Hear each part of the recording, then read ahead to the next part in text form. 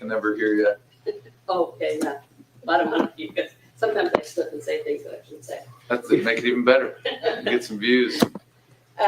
This weekend, we took care of business and got 2 road wins. And this week is huge. Today is the pro draft, and they'll be on Roku television today at noon. And Kara is our most likely candidate to be drafted. I mean, not most likely, she'll be drafted. And then this week is we go to Pitt. Team leaves on Tuesday to head to Pitt. They play in the big arena, and then we host Stanford for the final game of regular season in LNN on Saturday. And that's going to be a battle royale because there's so much at stake. And I'll let Dan talk about what's at stake and some of the things ahead this week.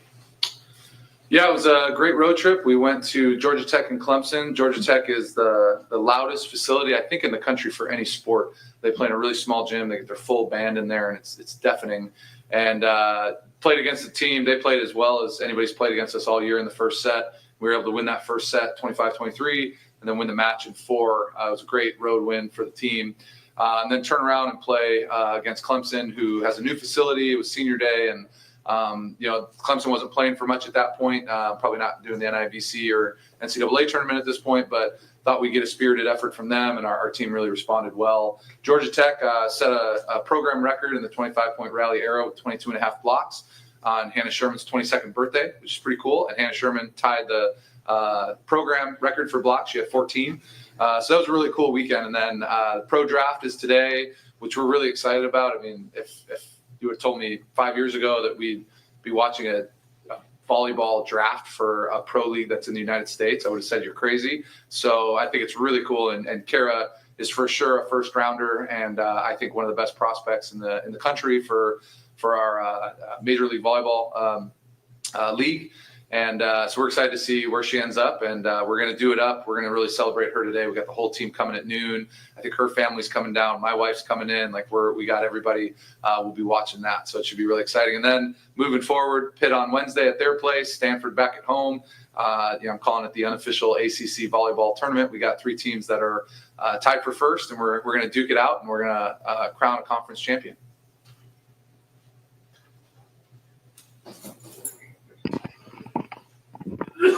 Talk about the scenarios of if we beat Pitt, if Pitt beats SMU. Yeah, so right now, Pitt, Stanford, and us are at the top of the conference with 2 losses, and we play both of them. So on Wednesday we play Pitt, on Saturday we play Stanford. So basically we've got our route to a conference championship right there. Pitt and Stanford will not play each other, but they both will play Georgia Tech, which we just got done playing. It's a great team. But you can't really rely on any help from anybody but yourself. So for us, there's a bunch of different scenarios. We could go down, but at the end of the day, we play everybody at the top of the conference, and we're all sitting at 2 losses. So if you want to win the conference, you got to beat the teams in front of you, and that's what we're attacking the week going to do. You've talked about it before, how the ACC set up a schedule for this scenario to happen, just the excitement of it and just how different it is and how cool it is to be able to have the 3 of you basically play a round robin at the end of the season. Yeah, it's great. Again, the only thing that we're missing is the Pitt-Stanford round 2, and it's almost perfect the way that the schedule's synced up. And when we started doing this schedule where it's unbalanced, but at the end we've got pods of the top RPI teams, it's really hard to predict what those teams are going to be the next year. You go off of 2 years prior. And so for it to work out just like this, for us personally, Louisville, to be at the top of the conference right now and playing the 2 teams that are tied in first with us, like I said, it's the unofficial ACC volleyball tournament. I'm so excited for it. I do have a little bit of jealousy of those other conferences that have a conference tournament. I'm watching them. They're really fun. And so for us, this is our ACC volleyball tournament. You want to win the conference championship, it's right in front of you. Go get it.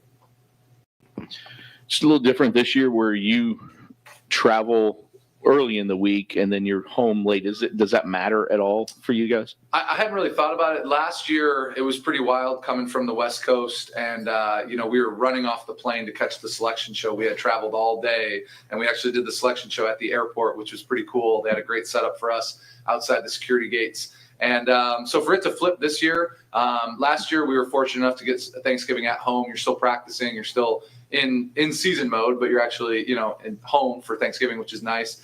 This year we get to do that as well, coming back from Pitt on Wednesday. So I don't think the travel or the logistics of being home or away first or second really changes much of the experience. What are the pro teams that might draft Kara? What are they getting in a Kara Cressy? It's a great question. Kara's an all-timer. She's a living legend here. She's done so much. When I think of Kara, she gets tired of hearing this story, but she's the epitome of what Louisville volleyball success is all about. In 2021, we went to the program's first ever Final Four. I believe it was Anna Stevenson Hall, a middle, that got the final kill. And the team runs the court, and Kara Cressy's in street clothes. She was redshirting that year, and per NCAA rules at the time, she wasn't even able to wear a jersey. She's on the team, but she's storming the court in a Louisville volleyball T-shirt as a redshirt freshman. Getting better, waiting her turn, and then we go last year against Stanford. The final kill is Kara Cressy to go to the program's, I believe, third Final Four, whatever it would have been at the time. And so for her to, storm the court as a redshirt and then get the final kill, now as a fifth year, she's, put us in a great position going into last week of conference in the NCAA tournament. But as far as, I've said it all year, Kara is like having a pro. Like, to me, she won't feel like a rookie next year for whatever team is fortunate enough to draft her. She's pro ready. She can play M1, M2. She reads the game well, follows the scouting report great. She is going to be as ready as anybody that gets drafted to play pro volleyball because, again, like I said, she's been pretty much a pro this entire year for us. So we're really excited to see where she ends up.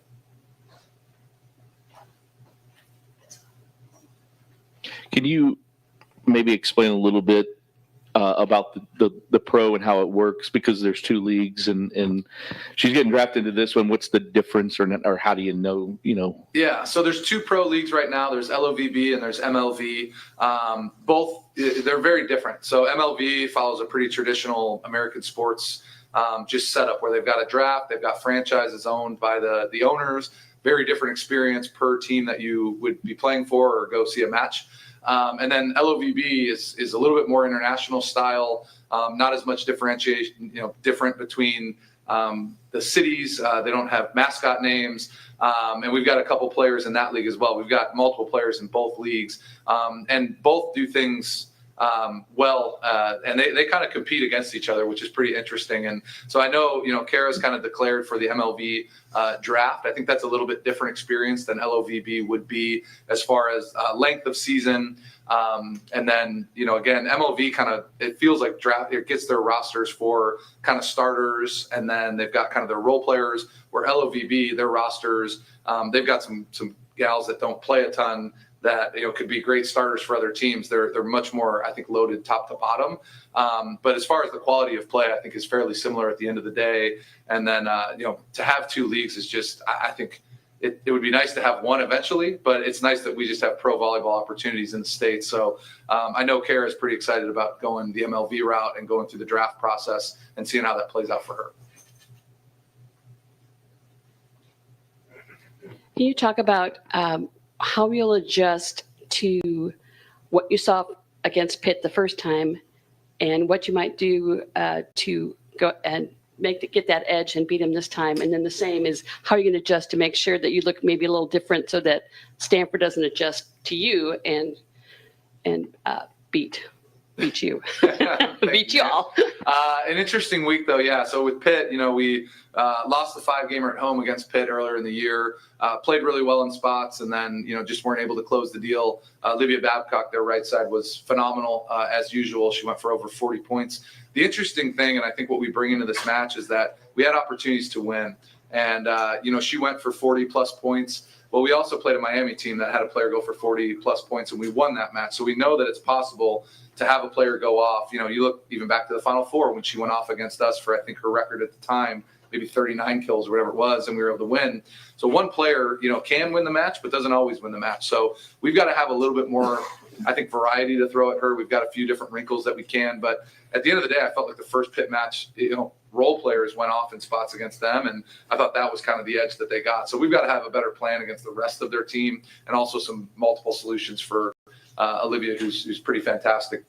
As far as Stanford goes, I thought that was a pivotal point in our season. Our offense went absolutely nuts against them. I thought we had a great game plan that in turn Nay executed to perfection. She was one step ahead of them the entire way. That is really hard to do. And so for us, I think we've got to kind of look at Stanford like we're coming, basically create a scouting report from scratch. We got to look at the Stanford team that we're about to play, not the team that we did play, and make sure we've got solutions for that. On the flip side, they really went off against us offensively. We didn't really slow them down. So I'm really excited for Stanford. I think we're a much better defensive team than they saw the first time around.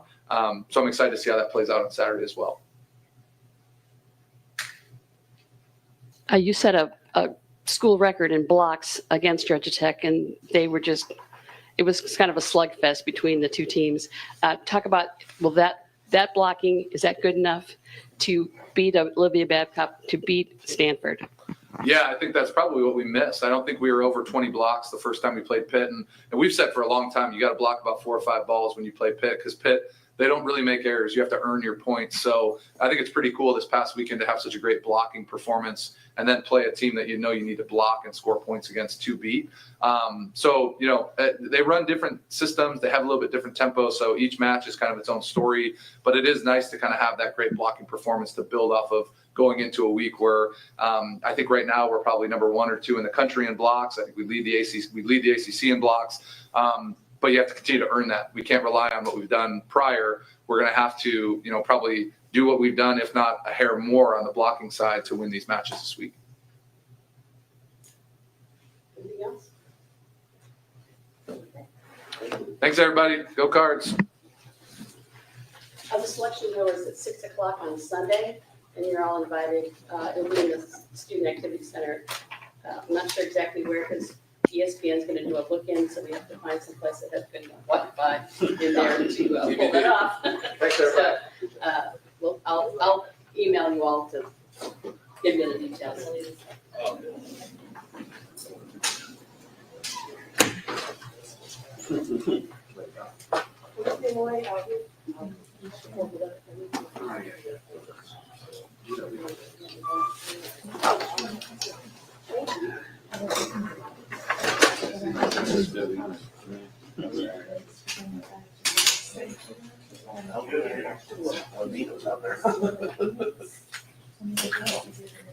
But I would recommend trying to.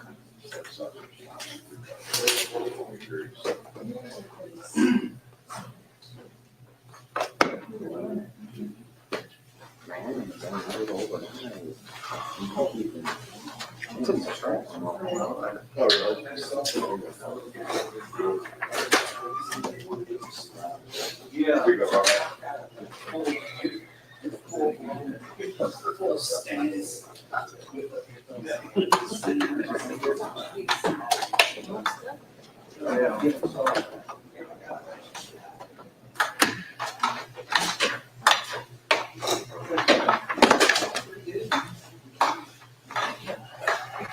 Thanks.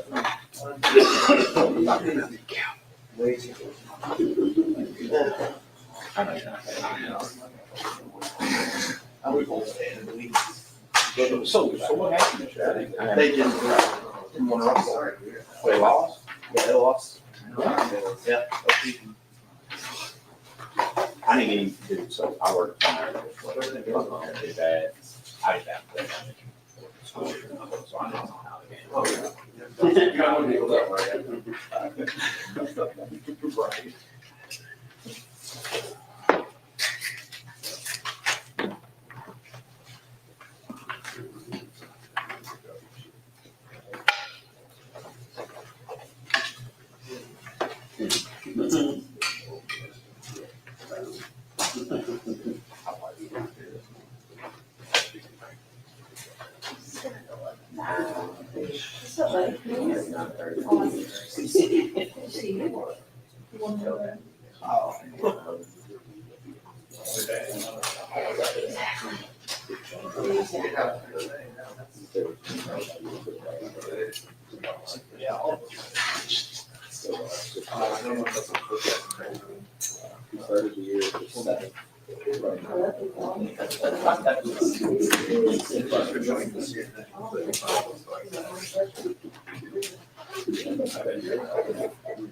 So I was looking at tickets for going to Washington, DC, John C. Nice. Hey guys, how are you? What's up?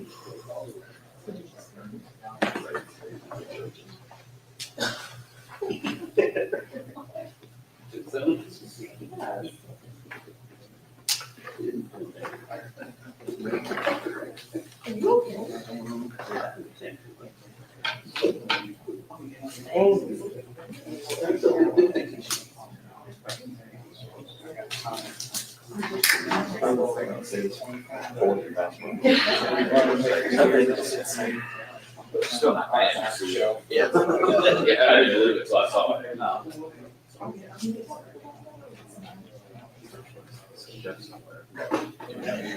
I said I thought it was very easy.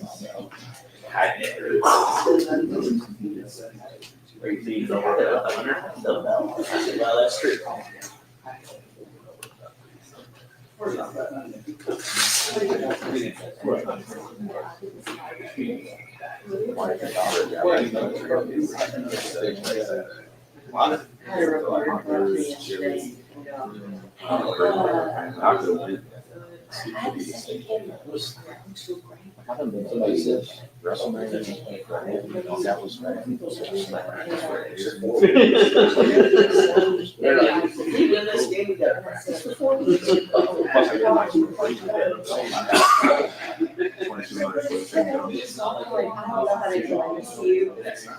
Yeah. You're right. I was like, see, sensors are really good thing that you're looking. She's like, can I get a meal?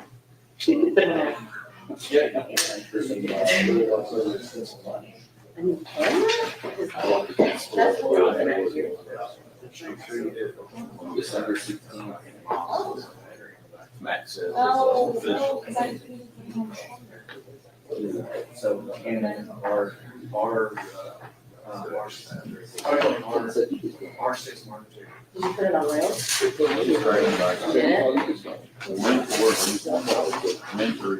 you're holding it. I'm surprised. Ooh. I don't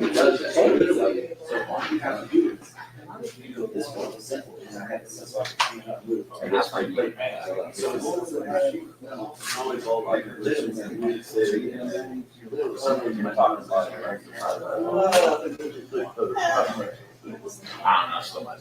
Get this much in the morning. That's the end of the football.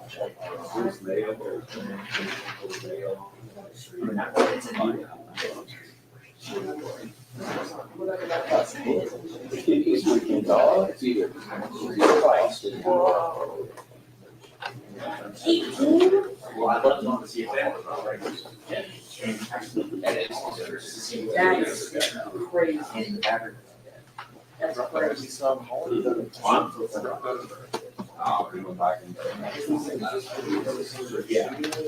Yeah, offices for a minute. You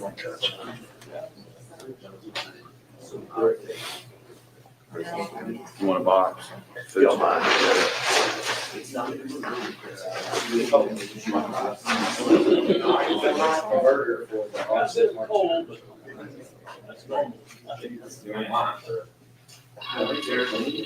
Highlights were good. Are you getting any levels? Okay.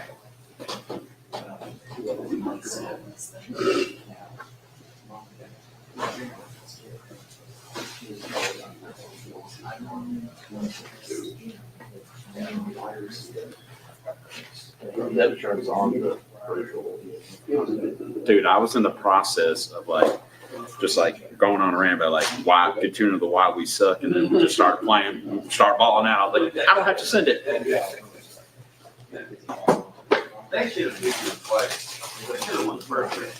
Absolutely. 100%.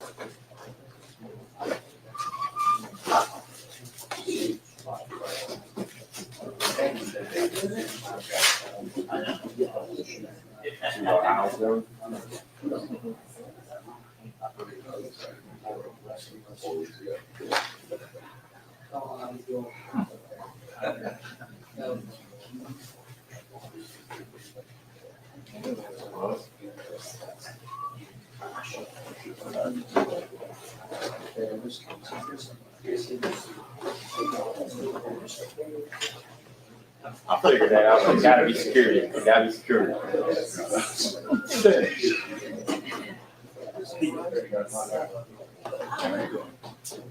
How you doing, sir? Nice to meet you, bro. Oh, no.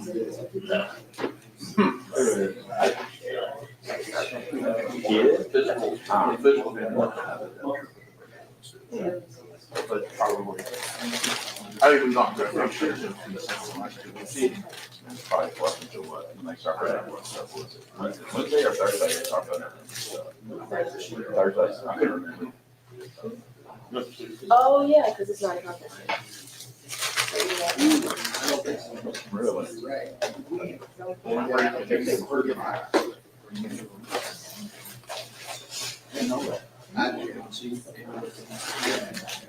How that old commercial goes, the more you know.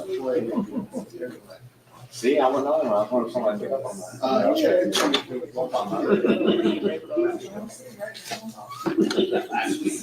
Yeah, that wasn't this week, yeah, not this past week.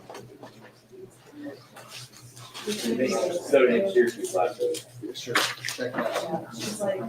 Yeah, see if they, but if it's not there.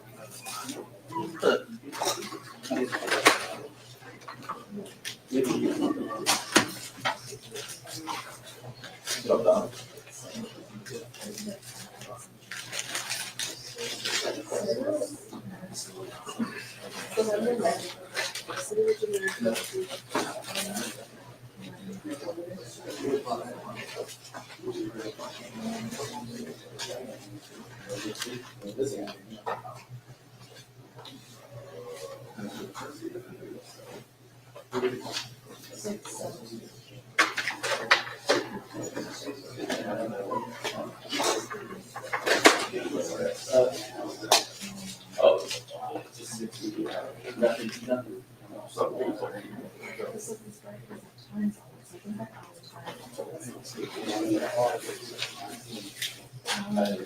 I tried to look at it, just like every overall. $50 billion operation.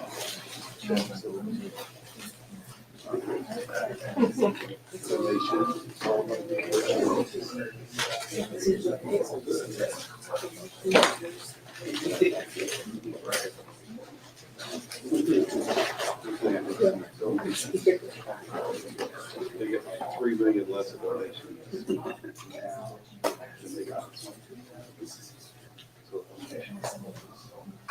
Never really come back. Yeah, one year.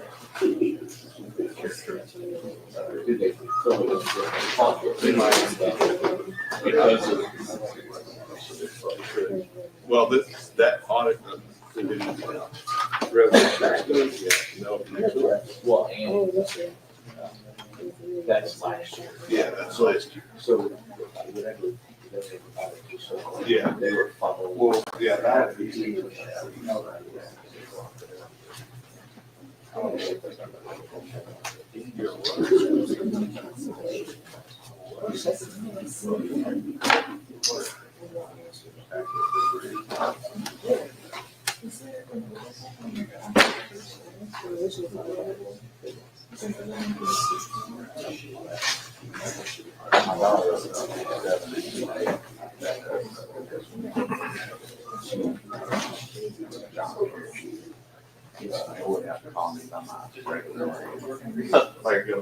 Yeah.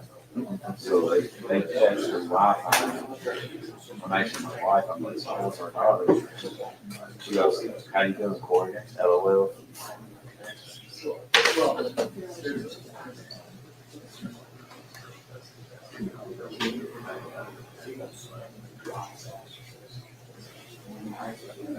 Cruise ship.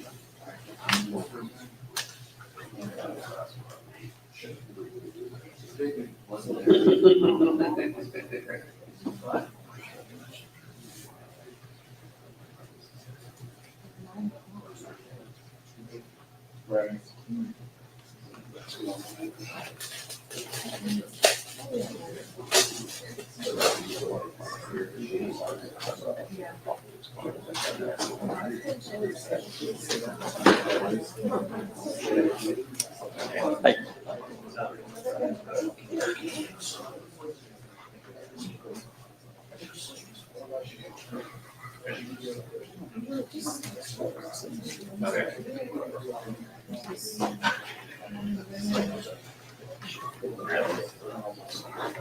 Sean Boyd can sit right I'm going.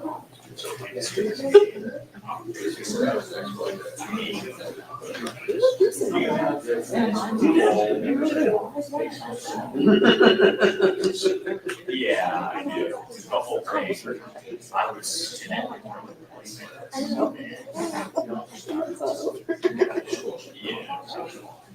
This is not the first time this has happened previously.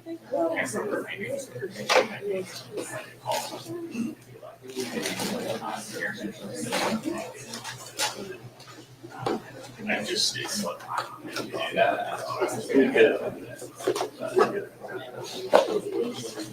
Somebody want the chips? yeah, we do that.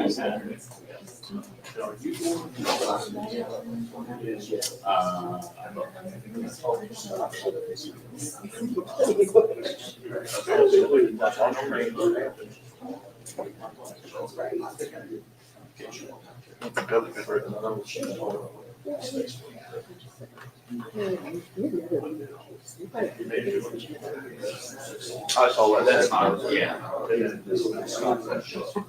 I called the game there, and they had us up top. So I have a feeling that, so they're not,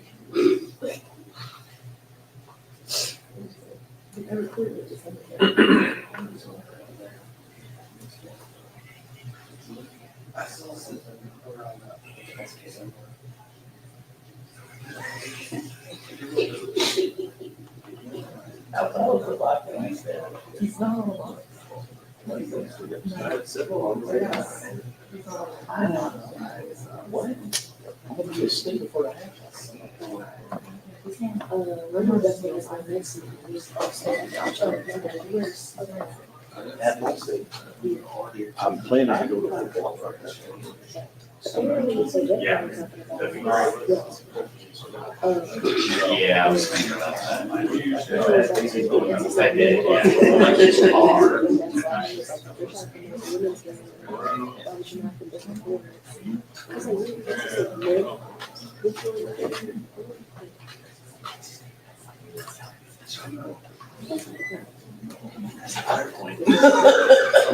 Counterpoint, it's the entire point.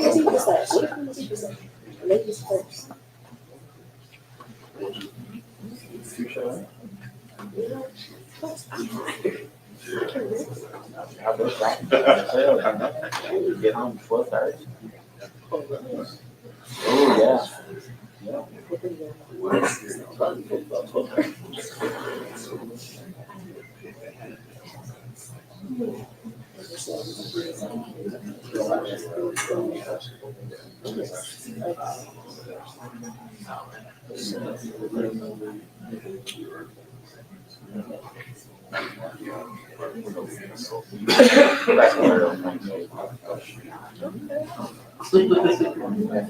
My wife's out of town, my mother-in-law, my father-in-law's wife's out of town. No, they're on cruise. I was just telling, man, I done been so many places here.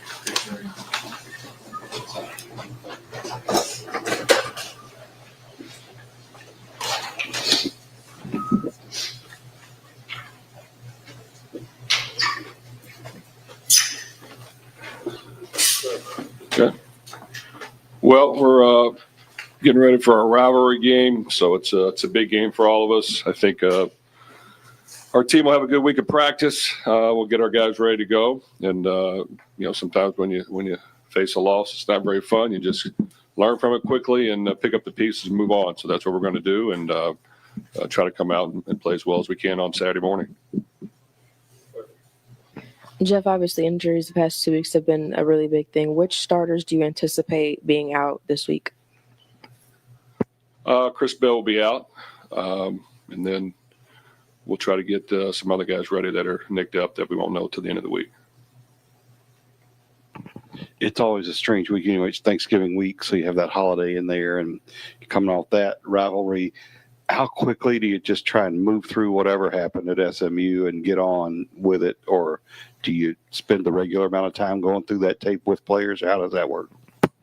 No, we had a typical Sunday where we went over the mistakes that we felt we made and what we need to get better at. We didn't shy away from it. There were a lot of things on there that we could all done better. Now it's about, getting our mojo back as we get going for this week and preparing really hard. And, even though there's some new pieces out there, that happens every year to a certain extent. So whoever we have available needs to be ready to go and have a great week of practice. And we need to find a way to win with whoever we have on the field. Jeff, with the injuries that you have had this season, how does this shape your thought process moving forward in terms of getting with Vince and with your roster constructions, like figuring you might need X, Y, Z in terms of depth? And do you know what I'm getting at? Like, just how has this season, the way this season has played out with the injuries and everything, formed how you might put the roster together going forward? Well, every year is different. We had 2 early bye weeks. We played a lot of games in a row. Unfortunately, we've had quite a few guys get injured. The key we know behind closed doors is whoever our best players are at the beginning of the year, you got to try to keep them healthy all year. And that's a big – we strategically plan that. We work through it. We practice a certain way. Unfortunately, we've had a lot of key guys get injured, but it happened during the game. So it's not because of the way we practice. We've just unfortunately have had some key guys get injured. To win against great competition, you need your best players on the field. And when they're not available, you have to have those next line ready to go. And we just got to continue to work through that. I think as you're building a roster, you got to use your resources properly to build your team.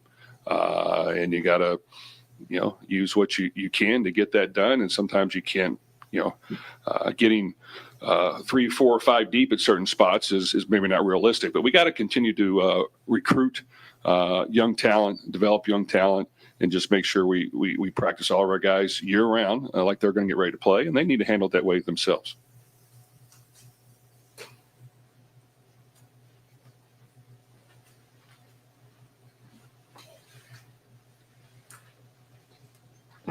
Jeff, what is the morale of the team? You have the losing streak going on. You've had so many injuries. Just what is the morale of the team, and how much could a win Saturday change all of that? Well, anytime you lose, it's not fun. Excuse me. And especially when you lose a couple in a row, it's not fun. And it's not supposed to be.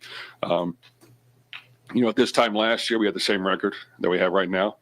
And it's what you do with the games ahead of you. So we've got a good Kentucky team coming in that's won 3 of their last 4, that's playing well. They'll get a chance to play in front of our home fans and show what we're made of and show how we can bounce back. And then you progress to the postseason play and you try to put your best performance together there and finish the season strong. So it's up to us right now, how we handle that and how we move forward. But I expect our guys to practice well and play well. Jeff, can you talk about Kentucky and what you see specifically offensively with what they've done over the course of the last month or so and maybe what's different? Well, you can tell that, Cutter Boley is playing very well. He's playing confident. He's definitely got his feet in the ground, knowing what he's doing. He's got some mobility. He can spread the ball around. He can see the field, and really the offense runs through him. So he's somebody that we got to do a good job of and make sure that we disguise some things, put pressure on him, get after the quarterback. All those things have to happen. I think for us, we need our defense to defend him well, and we need our offense to step up and score points. Jeff, I was curious if you expect maybe Miller Moss to be potentially available for this game, but even if he is, would you potentially roll out Deuce Adams out there again, even if Miller Moss is available? Well, we're going to try to get Miller healthy. He's got an injury he had. We'll try to get him healthy. I could see multiple quarterbacks possibly playing again. Yes.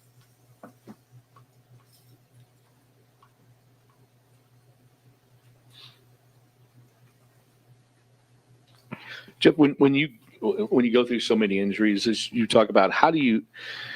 It's one thing to have the next guy ready, and then when that's what everybody wants to have. But when it's the third and fourth guy down the list that keep getting injured, how do you keep guys focused and keep guys ready to go in practice?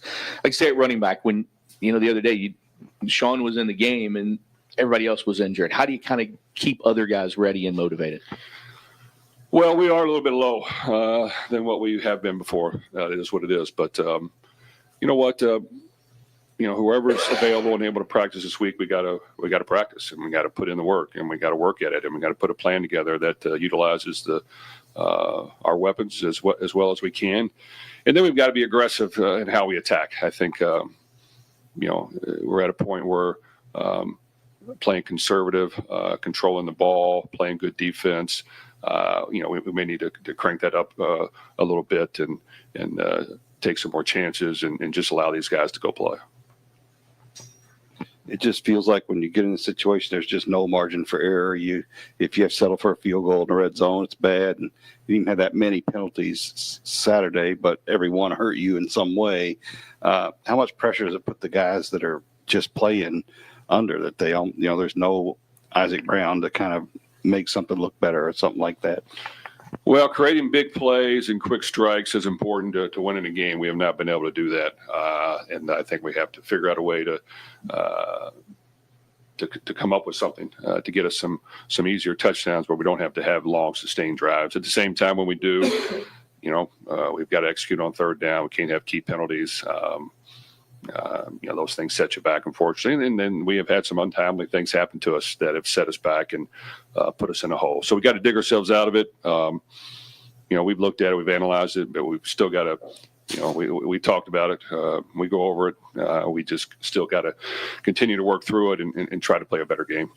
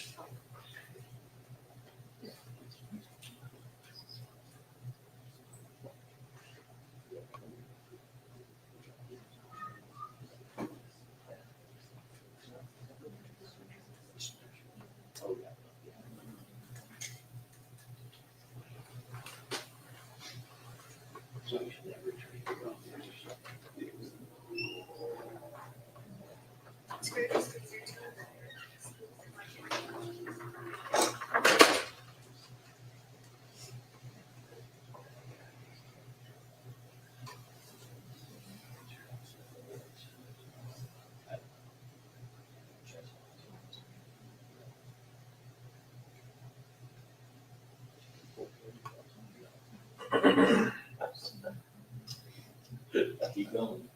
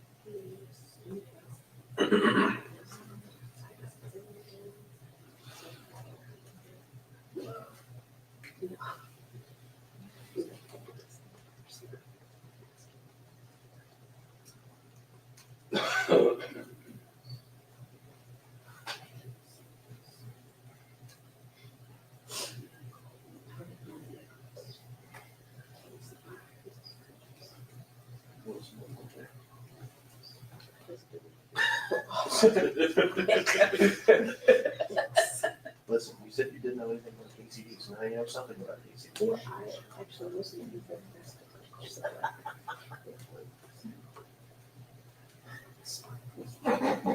That doesn't. It's true. That's a fine line, straight. I guess it's something. Sometimes I look at people who have no critical thinking skills and go, what a train. Oh my God, I saw that. That was weird. Yeah. I thought it was a joke. It's been almost 2 years since the trauma. 10 years?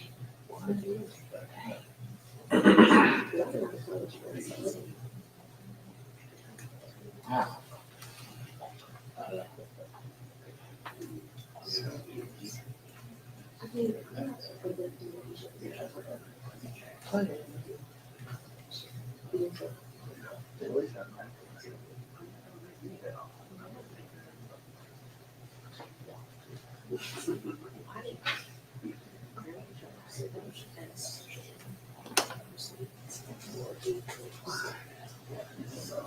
Yeah, because of the backlash.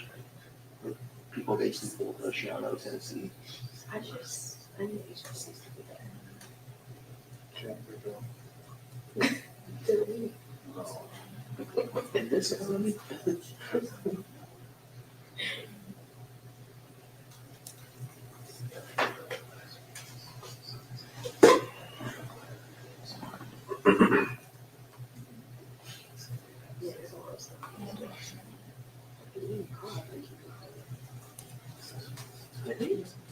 Pretty sure it was. Yeah, it was at Liberty.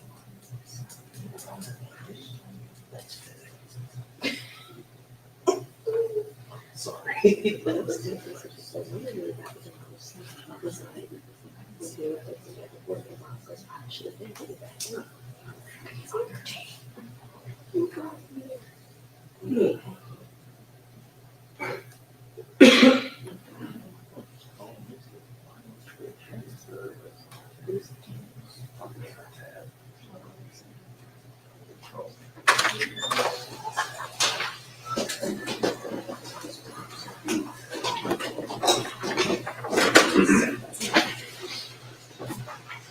questions for Brian?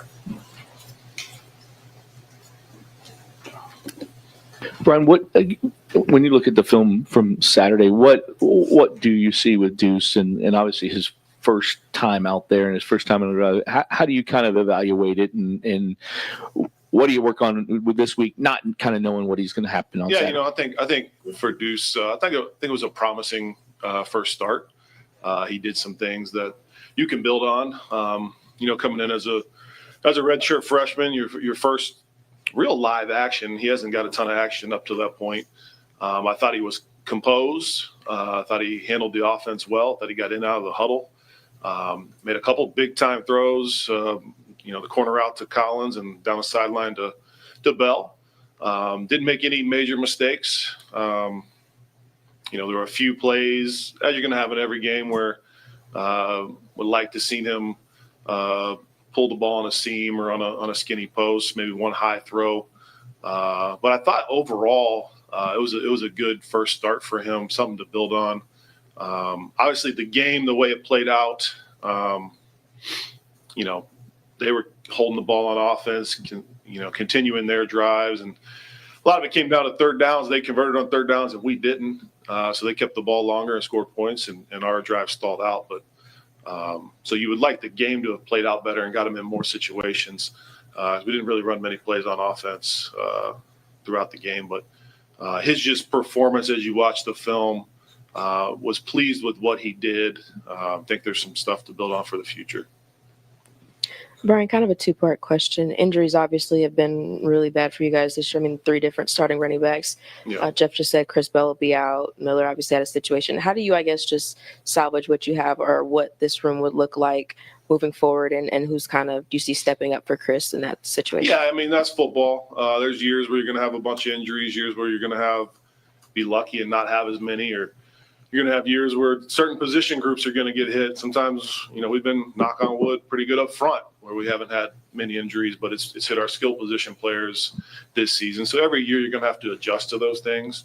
You want to build your roster where you have depth at all positions where you can sub those guys in. But as coaches, we have to find ways to, scheme up for the players that we have for that week. And whatever it takes to get it done. So, we're always adjusting. We're always trying to be innovative, try to do new things, but you're always going to have to see what personnel you have available that week and build the game plan around those players. So, week to week, that can mean different things. But that's our job as coaches to make sure that, with the guys we have, that we have the best game plan ready for them for the game. Kind of the same thing, really. I guess I'm asking you to sort of expound on it, but with what you got out there, do you feel sort of handcuffed with your options and what plays you can call?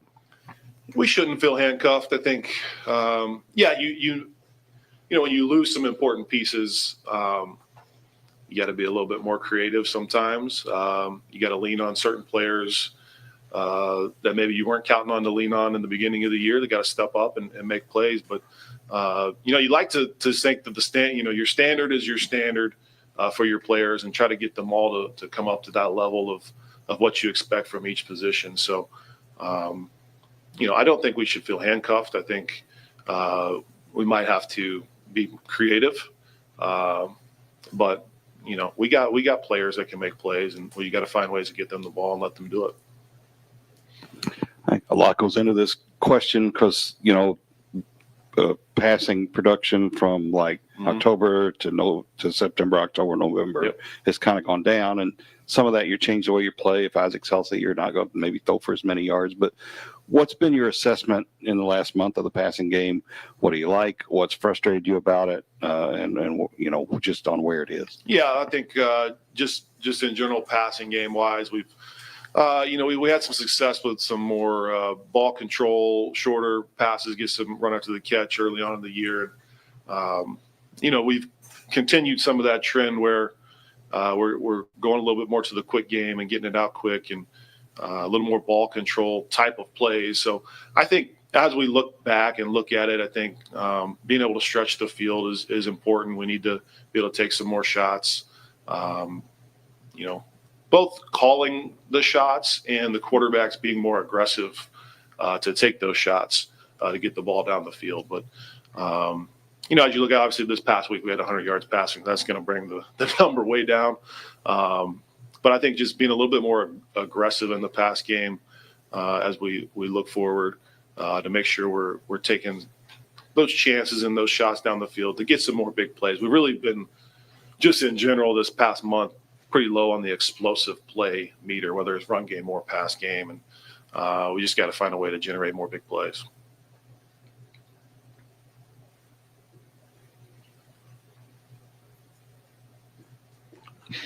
If you do get Miller back, and Jeff said he's not sure, and we could see multiple guys this week. How do you do that? How do you manage? And you did it in college where you played a little bit. How do you manage a couple of guys when you're putting it out there? And how did you kind of do it the other day, with Brady? Yeah, we've had a lot of experience, playing multiple quarterbacks. I think in general, you would like to always be where you have your guy and he's the guy and we're going with one quarterback the whole time. But we've done it in the past quite a bit. I think you talk back to when Jeff played for Howard Schnellenberger. Coach Schnellenberger always put the backup quarterback in the second quarter to give him experience to try to work for the future as well as the current time. When I was here as a freshman, I got in the second quarter all but one game my freshman season, and Stephon LaFour's, he had the highest quarterback rating in the country. He was playing some really good football. So there's definitely some precedent set to where we've played multiple guys at Purdue. We had multiple times where we played two quarterbacks, one the first quarter, one the second quarter, and we chose at halftime who was going to play the rest of the game.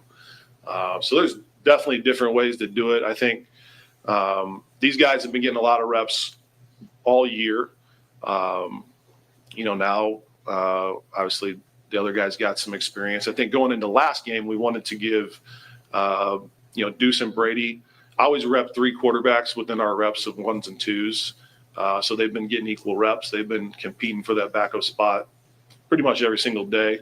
I grade every single rep they take in practice that's competitive, every single rep in scrimmage. We try to put that grade together and see where they're at. And they're very close. But we thought Deuce gave us a little bit better chance. But you're never 100% sure until they play in games. We don't tackle quarterbacks in practice. So some guys are gamers, some guys are better in practice. So a lot of times, you don't get preseason games in college football either. So it's good to get them out there and see the game experience. So our thought was to give Deuce the first two series. We're going to give Brady a series and see kind of how that went and decide on how we're going to play it out after that. And we thought Deuce had a really good first drive. They both went 3 and out the next two series. So we kind of rolled with Deuce. And at the end of the game, it got away. So we put Brady back in, give him some reps for the future. But, same way, you prepare both of them. There'll be certain plays.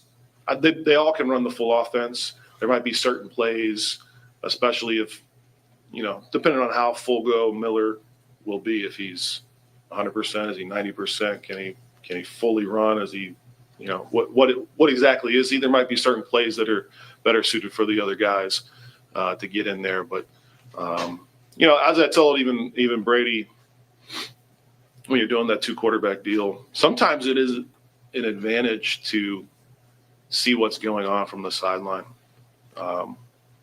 I stressed to him, hey, watch the first 2 drives, and you'll get to see what the defense is doing before you go out there. You get to feel the flow of the game a little bit. So sometimes it's an advantage. And I've even talked to quarterbacks when we've taken them out for a series and put them back in.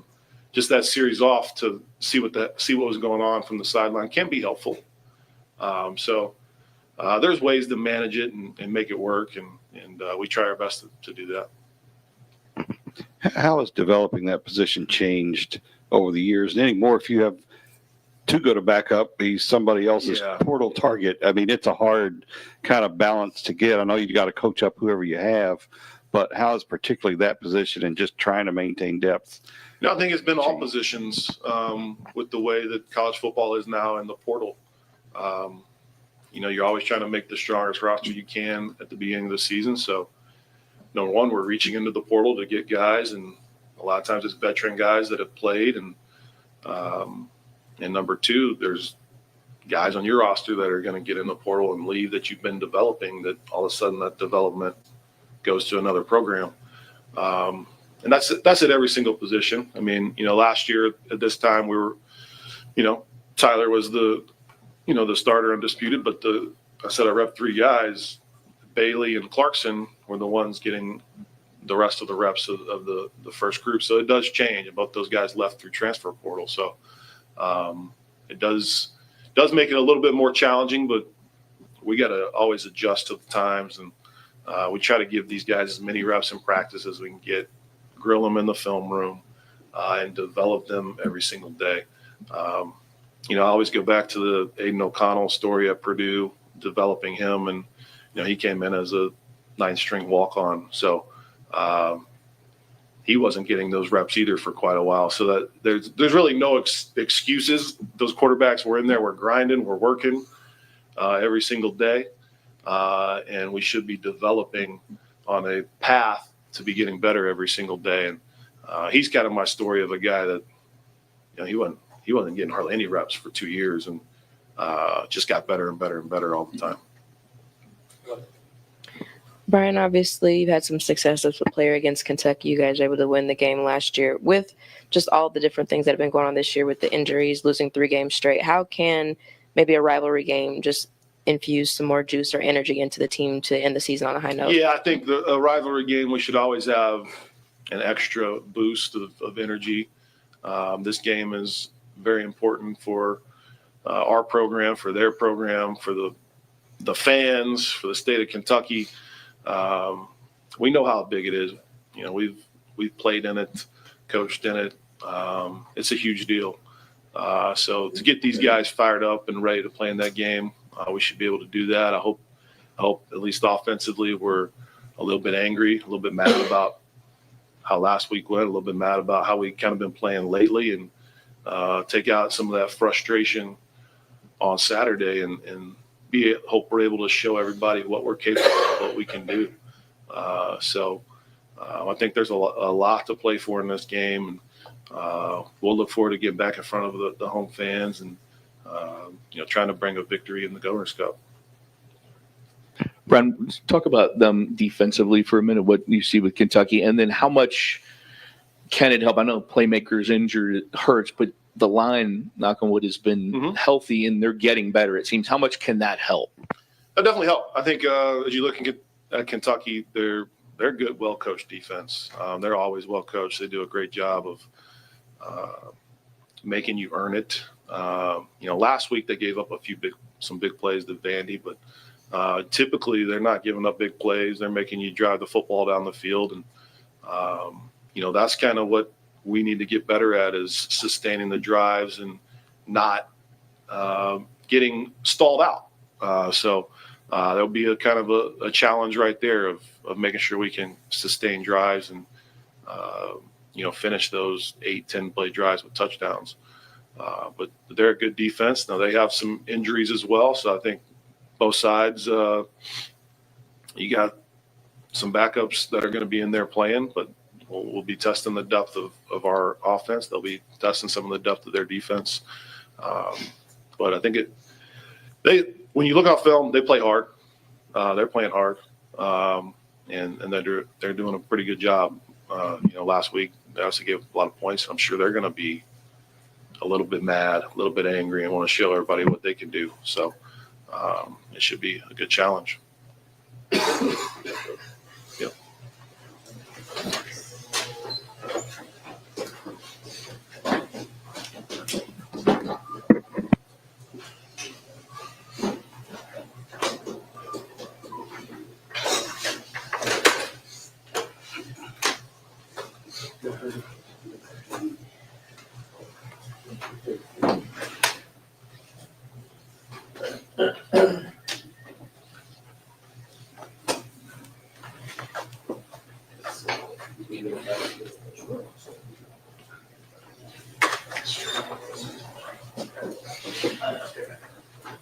See what I can do.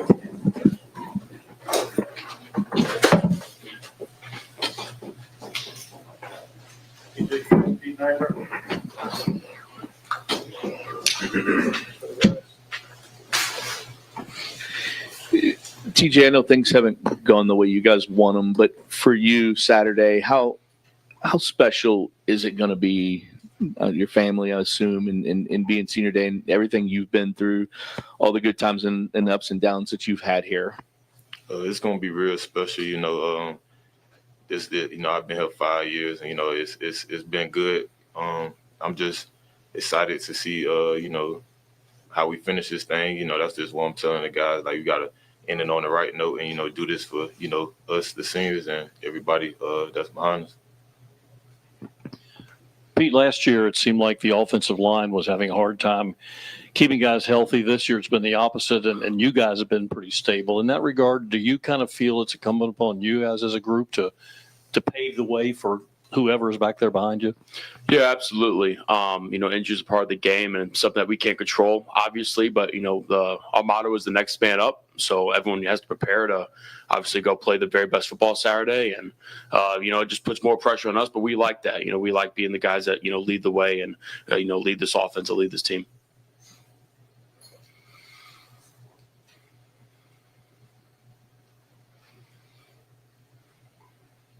Just for both of you, I know there's a lot of injuries, but this game has always been weird. I mean, we saw Lamar come in at quarterback and they lose. They have a backup quarterback and Louisville wins.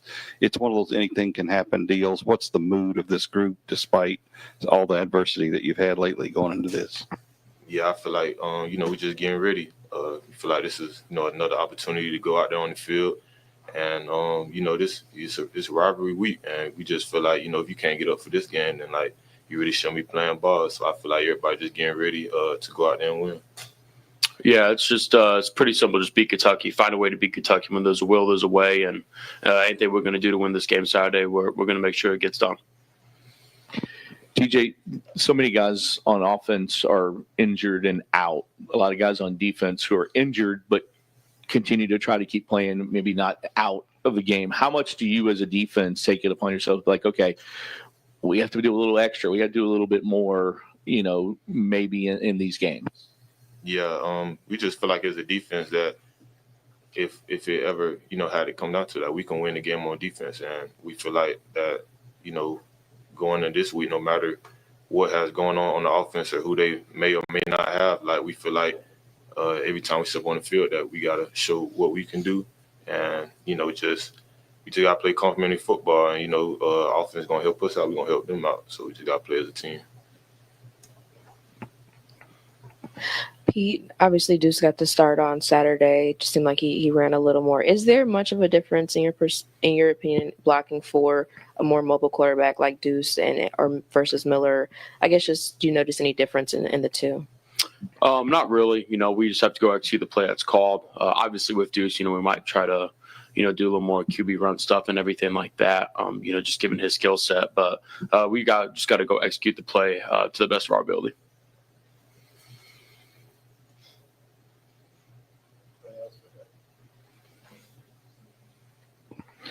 For both of you, I mean, TJ, you kind of answered it, but these senior days can be emotional as you go through this week. I mean, how do you kind of try to keep those? It's a rivalry and senior day. How do you kind of try to keep those emotions in check? For me, I just feel like this is the reason that we came here to play ball. So we're gonna have we gonna feel good about, you know, senior night and being see our family and stuff. But at the end of the day, you know, we came here to win the game, and I feel like that's just the message that, you know, go win the game. Yeah, we're blessed to be able to play this game. And, you know, one of the, I guess, caveats, if you will, about this game is you never know when your last snap's going to be. It's a very physical game. And so obviously you treat every game, right, you know, as an opportunity. And obviously we have a mission to go, you know, complete the Saturday, beat Kentucky. So, you know, maybe some of the emotions will come out after the game, but our team's pretty focused on getting a job done.